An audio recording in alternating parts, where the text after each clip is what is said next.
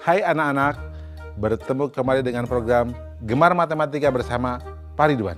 Ingat, belajar matematika bersama Pak Ridwan membuat matematika menjadi lebih mudah. Anak-anak, Bapak sedang menggunakan pakaian dari Kalimantan Utara. Biasanya ini rompinya dari bahan kulit kayu. Tapi sekarang Bapak modifikasi jadi bentuknya seperti ini. Anak-anak, sekarang kita akan belajar tentang sudut. Kalian sudah lihat kan tayangan tadi? Nah, Bapak mau tanya, coba di ujung meja ini sudutnya berapa? Di ujung buku ini sudutnya berapa? Coba lihat, di ujung pensil ini sudutnya berapa? Tahu tidak? Pasti kalian tahu. Bapak akan mengajarkan tentang sudut dengan konsep matematika, nalaria, realistik. Dan ini pasti sangat menarik anak-anak. Penasaran? Baik. Mari perhatikan penjelasan berikut ini. Perhatikan gambar berikut. Coba perhatikan jarum jam pada gambar A. Apakah anak-anak tahu gambar A membentuk sudut apa? Ya, benar, siku-siku. Besar sudut siku-siku adalah 90 derajat. Sekarang, bandingkan dengan gambar B dan C. Apakah ada perbedaan? Nah, gambar B besar sudutnya lebih kecil dari gambar A. Artinya, besar sudut gambar B kurang dari 90 derajat. Nah, anak-anak, sudut yang demikian disebut sudut lancip. Bagaimana dengan gambar C? Gambar C besar sudutnya lebih besar dari gambar A. Artinya, besar sudut gambar C lebih dari 90 derajat. Nah, sudut yang demikian disebut sudut tumpul. Jadi anak-anak, jenis-jenis sudut ada sudut apa saja? Benar, sudut siku-siku, sudut lancip, dan sudut tumpul. Coba anak-anak, apa perbedaannya? Ya, betul. Sudut siku-siku besarnya 90 derajat. Sudut lancip besarnya kurang dari 90 derajat. Sudut tumpul besarnya lebih dari 90 derajat. Jelas ya anak-anak? Mudah kan?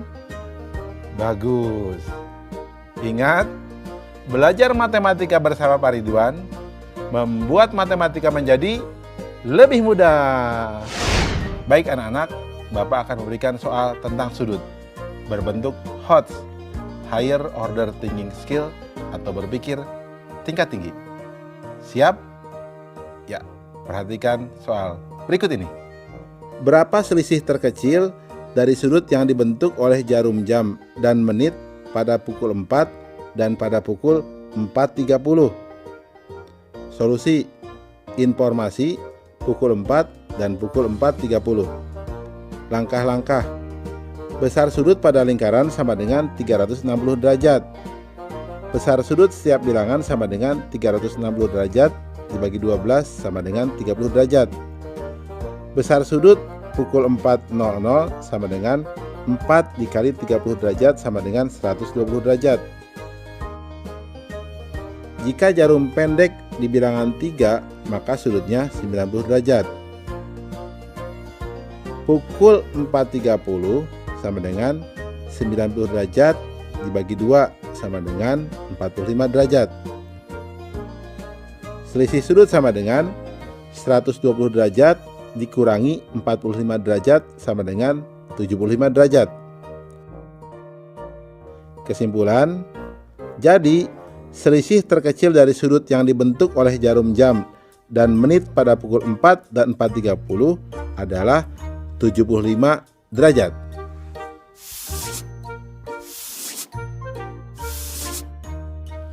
Mudah ya anak-anak ya? Belajar matematika bersama Pak Ridwan membuat matematika menjadi lebih mudah.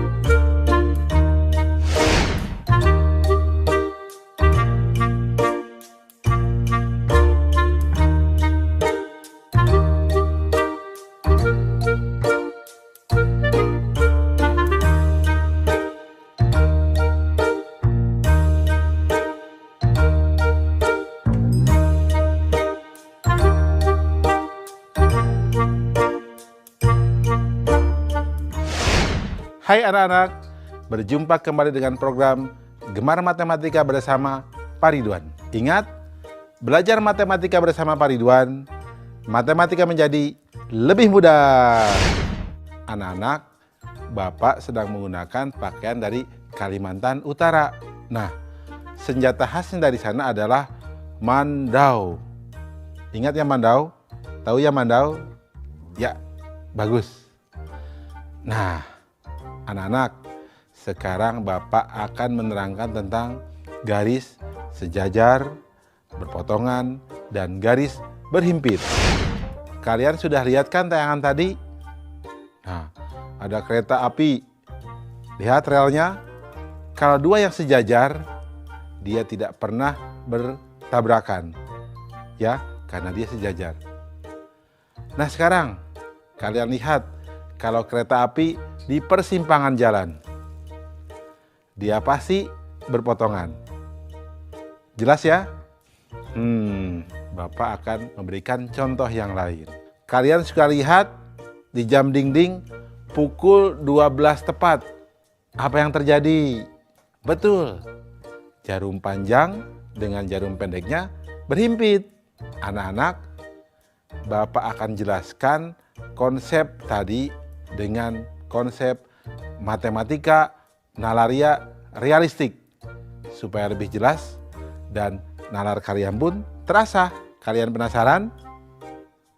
Baik, perhatikan penjelasan berikut ini. Baik anak-anak, Bapak akan mengajarkan tentang pemahaman konsep garis yang sejajar, berpotongan, dan berhimpit. Perhatikan penjelasan berikut ini. Pada gambar kubus di samping terdapat beberapa garis, yaitu garis AB, BC, CD, DA, dan lainnya. Di antara garis-garis tersebut terdapat garis yang tidak akan berpotongan, yaitu garis AB dan garis EF, garis AE, dan garis BF. Silahkan kalian lihat contoh yang lainnya. Nah, garis-garis yang demikian disebut garis sejajar. Jadi, apa itu garis sejajar? Garis sejajar adalah dua buah garis yang memiliki jarak tetap dan tidak akan pernah berpotongan jika diperpanjang. Nah anak-anak, bagaimana jika garisnya berpotongan?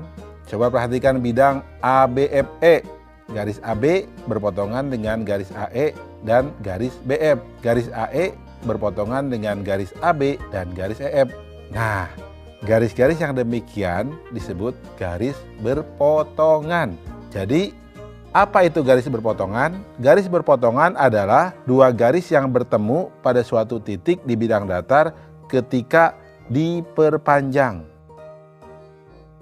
Nah, berikutnya anak-anak, perhatikan gambar jam ini. Jam menunjukkan pukul 12.00. Jarum panjang dan pendeknya sama-sama berada di bilangan 12. Nah, garis yang demikian disebut garis berhimpit. Jadi, apa itu garis berhimpit anak-anak? Garis berhimpit adalah dua buah garis yang memiliki paling sedikit dua titik persekutuan. Jelas ya? Mudah kan? Nah, ingat anak-anak, belajar matematika bersama Pak Ridwan membuat matematika menjadi lebih mudah. Baik anak-anak, sekarang Bapak akan memberikan soal tentang garis dalam bentuk HOTS, Higher Order Thinking Skill. Siap? Perhatikan soal berikut ini. 3 buah bangun datar, jajaran genjang, layang-layang, dan segitiga sama kaki saling dihimpitkan hingga membentuk bangun berikut. Sebutkan hubungan garis yang terbentuk pada gambar tersebut. Nah, soal ini menarik ya. Bagaimana jawabnya? Informasi. Gambar bangun yang terbentuk dari 3 bangun datar, jajaran genjang, layang-layang, dan segitiga sama kaki seperti gambar di bawah ini. Nah, langkah-langkahnya berarti ruas garis yang sejajar adalah garis AB dengan garis CD, garis AD dengan garis BC dan EF. Ruas garis yang berpotongan berarti garis AB dengan BC, garis CD dengan AD, BC, dan CG. Garis BF dengan AB, BE, EF, dan FG. Nah anak-anak, ruas garis yang berhimpitan berarti garis BC pada jajar genjang dengan garis BC pada layang-layang. Garis BF pada segitiga dengan garis BF pada layang-layang. Nah kesimpulannya, jadi hubungan sudut yang terbentuk adalah garis sejajar, garis berpotongan, dan garis berhimpit. Jelas ya anak-anak? Mudah kan? Tentunya kalian bisa jawab soal yang Bapak jelaskan di awal. Jelas? Baik. Ingat, belajar matematika bersama Pak Ridwan membuat matematika menjadi lebih mudah.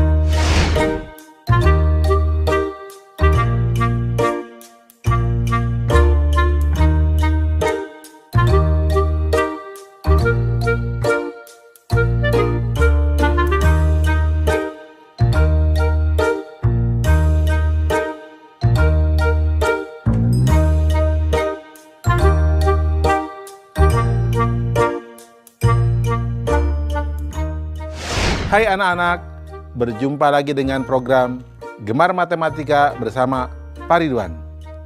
Ingat, belajar matematika bersama Pak Ridwan membuat matematika menjadi lebih mudah. Nah, anak-anak, Bapak sedang menggunakan pakaian dari Kalimantan Utara, ya. Kalimantan Utara itu letaknya berbatasan dengan Malaysia, tepatnya di daerah Sarawak dan Sabah. Jelas ya? Nah, anak-anak, sekarang kita akan belajar tentang sudut penyiku dan sudut pelurus. Kalian kan sudah lihat tayangan tadi?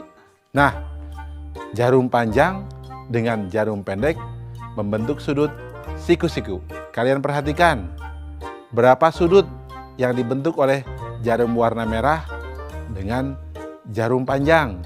Berapa sudut yang dibentuk oleh jarum merah dengan jarum pendek? Yang pasti kalau dijumlahkan pasti sudutnya 90 derajat. Jelas ya? Sekarang lihat gambar yang kedua. Coba lihat. Jarum panjang dengan jarum pendek hubungannya lurus ya. Sekarang kita lihat. Berapa sudut yang dibentuk antara jarum panjang dengan jarum warna merah? Berikutnya, berapa sudut yang dibentuk antara jarum pendek dengan jarum warna merah? Yang pasti jumlah sudutnya adalah 180 derajat. Jelas ya? Nah, Bapak akan jelaskan tentang hal itu supaya kalian lebih paham dengan konsep matematika nalaria realistik. Penasaran? Baik. Mari perhatikan penjelasan berikut ini.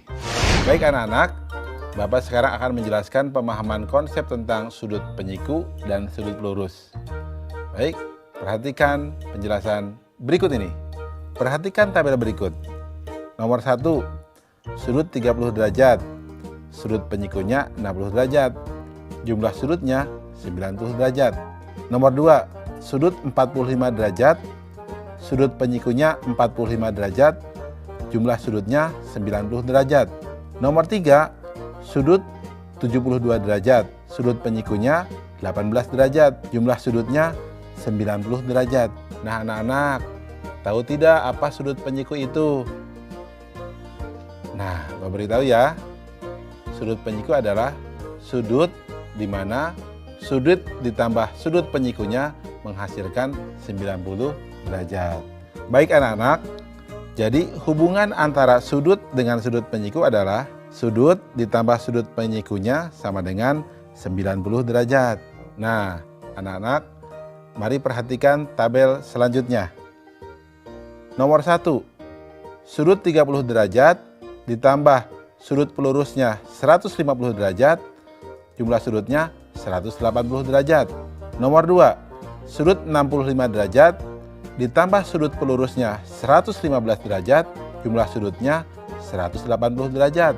Nomor 3, sudut 145 derajat ditambah sudut pelurusnya 35 derajat, jumlah sudutnya 180 derajat. Nah anak-anak, tahu tidak hubungannya? Nah baik, Bapak akan beritahu ya. Jadi hubungan antara sudut dengan sudut pelurus adalah sudut ditambah sudut pelurusnya sama dengan 180 derajat. Jelas ya anak-anak? Mudah ya? Baik, ingat, belajar matematika bersama Pak Ridwan membuat matematika menjadi lebih mudah.